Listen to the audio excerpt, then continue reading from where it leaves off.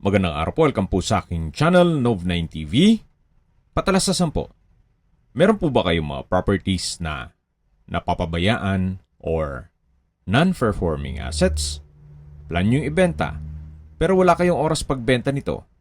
Kung ito'y pagkakatiwala nyo po sa amin, tawag lang po kayo sa aking numero, usap po tayo, gawan ko po ng video for free.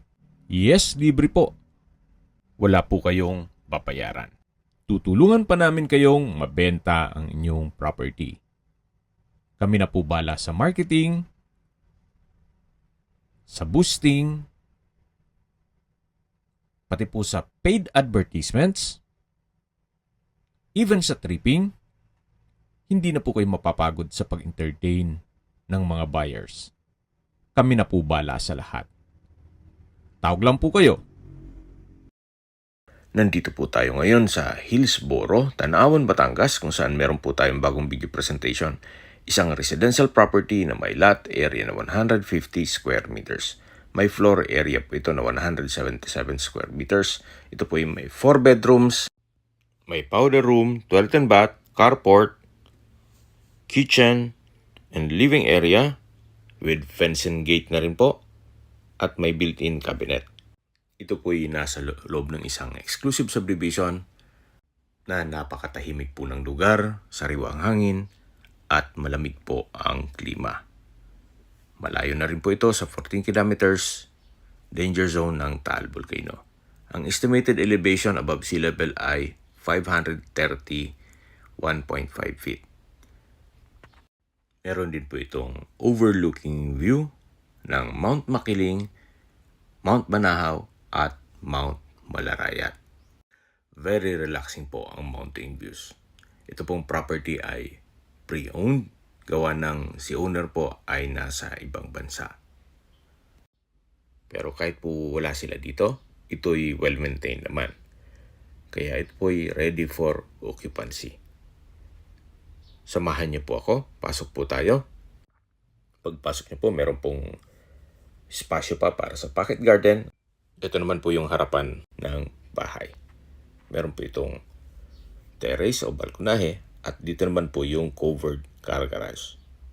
Ito pong garahe ay kakasya ang isang SUV at ito ay naka-tile flooring na rin. Maayos din po ang pintura ng ceiling at wall at meron din pong steel gate. Kung dalaw naman po ang inyong sasakyan, pwede man po mag-park sa labas, gawa ng may common parking. Ito naman po yung main door, naka-solid wood door. At ito naman po yung living area o salas. Lahat pong furnishings na nakikita nyo ay kasama po yan at halos bago pa mga yan. Meron din pong split type aircon, then may sala set or sofa, may TV, electric fan, at dito naman po yung dining area at meron pong 6-seater wooden dining set. May pendant lamps, at ito pong flooring ay premium tiles ang ginamit. At dito naman po yung sliding glass door papunta dito sa open lanai. Ito naman po yung split type aircon. Halos bago pa rin yan. At ito naman po yung access papunta sa likod ng bahay. At buong property po ay nakabakod na. So, balik po tayo dito sa loob. Ito po yung formal kitchen kung saan malaki naman ang espasyo. Naka-tile kitchen countertop. Meron pong wall-mounted wooden cabinet. Then may range hood. Ito po yung naka-tile kitchen wall. Tile kitchen countertop. Merong space para sa gas range. At meron pong malaking kitchen window. Then stainless sink with faucet. At storage ng kitchen utensils. At ang kagandahan po dito, kung meron man po kayong PWD or senior citizen sa pamilya, meron pong kwarto para sa kanila dito sa ground floor. Kaya maganda rin po itong gawing retirement place ninyo. So meron pong dalawang sliding glass windows, may built-in wardrobe, naka-tile flooring, sa spasyo sakto lang, hindi naman ganun kaliit at hindi naman ganun kalaki. So mula po dito sa first bedroom, katabi lang po nito ang common toilet and bath. Maayos naman po ang toilet fixtures, naka-tile bathroom wall, meron pong hot and cold shower, at meron pong bathroom window. Okay, labas po tayo para check natin ibang parte ng bahay. So paglabas nyo po ng common toilet and bath, meron pong access door dito. Papunta naman sa service area. Ito pong service area ay may access papunta dito sa garahe at dun sa main gate. At meron pong 1 meter setback dito sa gilid kung saan ginawa pong service area. At dito naman po sa likod, ganun din po. Meron pong 1 meter setback na malaki pa po ang espasyo. Yan po yung likod ng bahay. So sa structure, maayos naman po. So isa po ito sa improvement na nagawa ni owner. Hanggang sa dulo po yan. So mula po dito sa service area, pasok po ulit tayo dito sa loob ng bahay. Yan po yung dining area. At dito naman po ay meron pong under stair storage. Then ito po yung hagdan o stairs kung saan ito yung naka-concrete staircase at wooden handrail. Meron din po itong staircase window, nag-serves as natural sunlight. Then, samahan niyo po ako, akyat po tayo. Ito po yung hallway, papunta yan sa balkonahe o terrace. Meron pong sliding glass door. So, check po muna natin itong common toilet and bath dito sa second floor. Maayos naman po ang toilet fixtures, naka-tile bathroom wall. Meron din po itong overhead shower, bathroom window, at shower curtain. So labas po tayo. Check po natin itong first bedroom.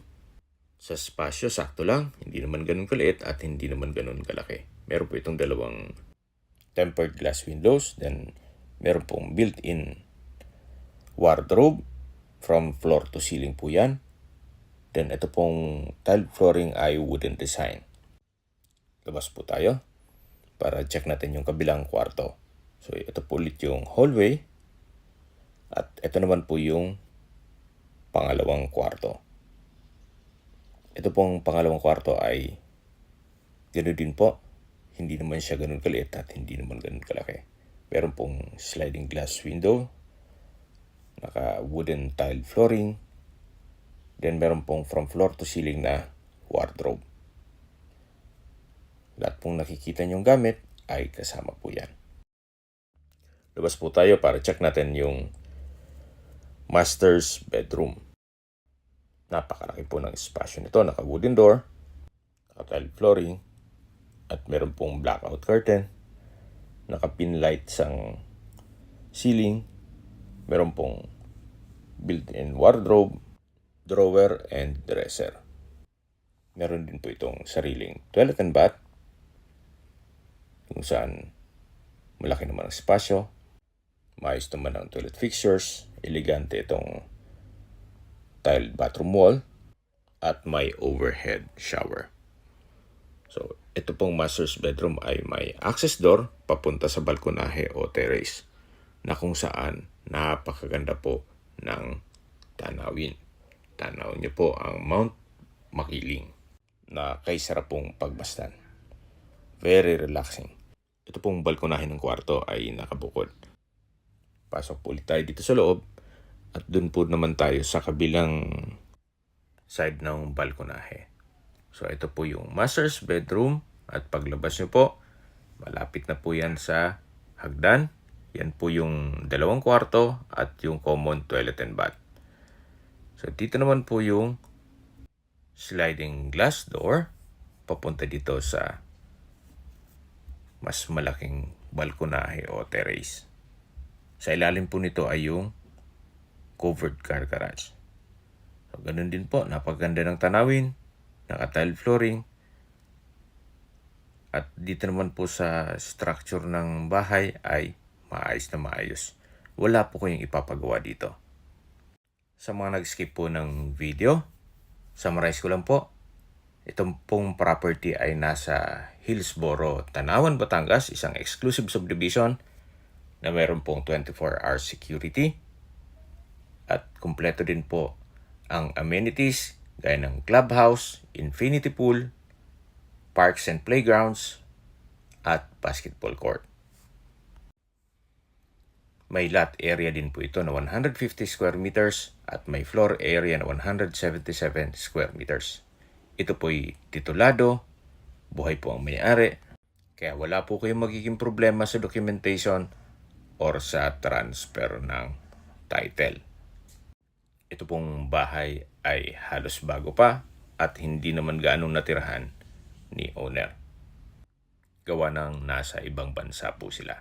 Kung sakali man po na maibigan nyo itong property, wala pong problema at pwede naman po silang umuwi ng Pilipinas. Ang kagandahan pa po dito, may laman na yung loob ng bahay. So, furnished po ito at hindi naman po ganun kagamit. May fence and gate. So, recap lang po ito bago natin tapusin ang video. Papasok po tayo at pagmasdan nyo po ang buong property. Ito po ulit yung garahe. Yan po yung access papunta service area. At ito naman po yung main door. Naka-solid wood door. Napaganda ng disenyo. Ito yung living area o salas kung saan napakalaki ng espasyo. Open concept lang, kaya maaliwalas. Meron na rin po itong split type aircon at mga furnishings. Ito po yung dining area na may dining set at pendant lamps. At sa dulo po ay yung kitchen. Dito po sa kitchen ay malaki naman ang espasyo. Meron pong mga wall-mounted wooden cabinet. At dito naman po yung open lanai na may access. Papunta naman ito sa likod ng bahay. So, single detached po ito. Kaya meron pong 1 meter setback sa palibot nito. Gaya po nang sabi ko sa inyo kanina, kung meron man po kayong PWD or senior citizen sa pamilya, meron pong kwarto para sa kanila. Ito po yung kwarto sa ground floor. Then, ito naman po yung common toilet and bath dito sa ground floor. At dito naman yung access door papunta sa service area. Habang naglilibot po tayo, pag-usapan na natin ang distance, location at travel time. Mula po sa Laurel Memorial District Hospital, ang distance is 650 meters at ang travel time is 2 minutes. So, yan po yung lagi kong binabanggit sa inyo na dapat nyo i-consider sa paghanap ng property, yung meron pong malapit na hospital. Hindi ko naman po sinasabing sakitin kayo. Yan man po for emergency purpose lang naman. Kaya napakaganda pong gawing retirement place nyo po ito. At mula naman po sa Victory Mall and Market, Tanawan, ang distance is 3.2 kilometers at ang travel time is 8 minutes. Ang Victory Mall po ay nasa bayan mismo ng Tanawan. So, napakalapit lang po. At mula naman po sa City Hall ng Tanawan, Batangas, ang distance is 950 meters. Napakalapit lang. At ang travel time is 3 minutes. Mula naman po sa First Asia Institute Technology, ang distance is 4.2 kilometers at ang travel time is 11 minutes. Mula naman po sa Walter Mart, Tanawan, Batangas, ang distance is 4.7 kilometers at ang travel time is 10 minutes. Mula naman po sa Tagaytay, ang distance is 25.3 kilometers at ang travel time is 44 minutes. At kung manggagaling naman po sa airport, ang distance is 61.2 kilometers at ang travel time is 1 hour and 2 minutes. Okay, sa presyo na po tayo. Binebenta po ito ni owner sa halagang 8.2 million pesos net. Ibig pong sabihin, si buyer po ang sasagot sa lahat ng taxes at expenses with regards to documentation. Kung may mga katanungan po kayo or gusto mo paset ng tripping dito sa property to, tawag lang po kayo sa aking numero. At sa mga kababayan naman na natin nasa ibang bansa, meron po akong Telegram. Sa mga iPhone user man, may iMessage. Meron din pong Imo, Skype, Viber at WhatsApp. Same number lang po, 0917-316-3399. Sa mga nagtatanong naman po ng aming Facebook, meron po aming Facebook page na Nov9TV at Facebook Real Video. Meron din pong TikTok at Instagram. May ibang YouTube channel po kami, the Nov9 TV channel, Nov9 TV Listings, Nov9 TV On The Spot, Nov9 TV Updates, at Nov9 TV House Rental. Sana po naibigyan nyo ang video presentation. Paki-like and subscribe na lang po sa aking channel para ma-update din po kayo sa aking future listings. Kung sakali po hanap nyo yung mas malaking sukat ng lupa, meron din po kami ibang listings na pwede nyong pagpilian. Huwag po kayong mag-atubiling tumawag sa amin. Then, let us know your budget para malaman namin kung anong property pwede naming ilog sa inyo. Sa lahat pong viewers, subscriber at nagtiwala po sa amin, salamat po sa suporta. Ingat po kayo lagi at yung pamilya. Maraming salamat po.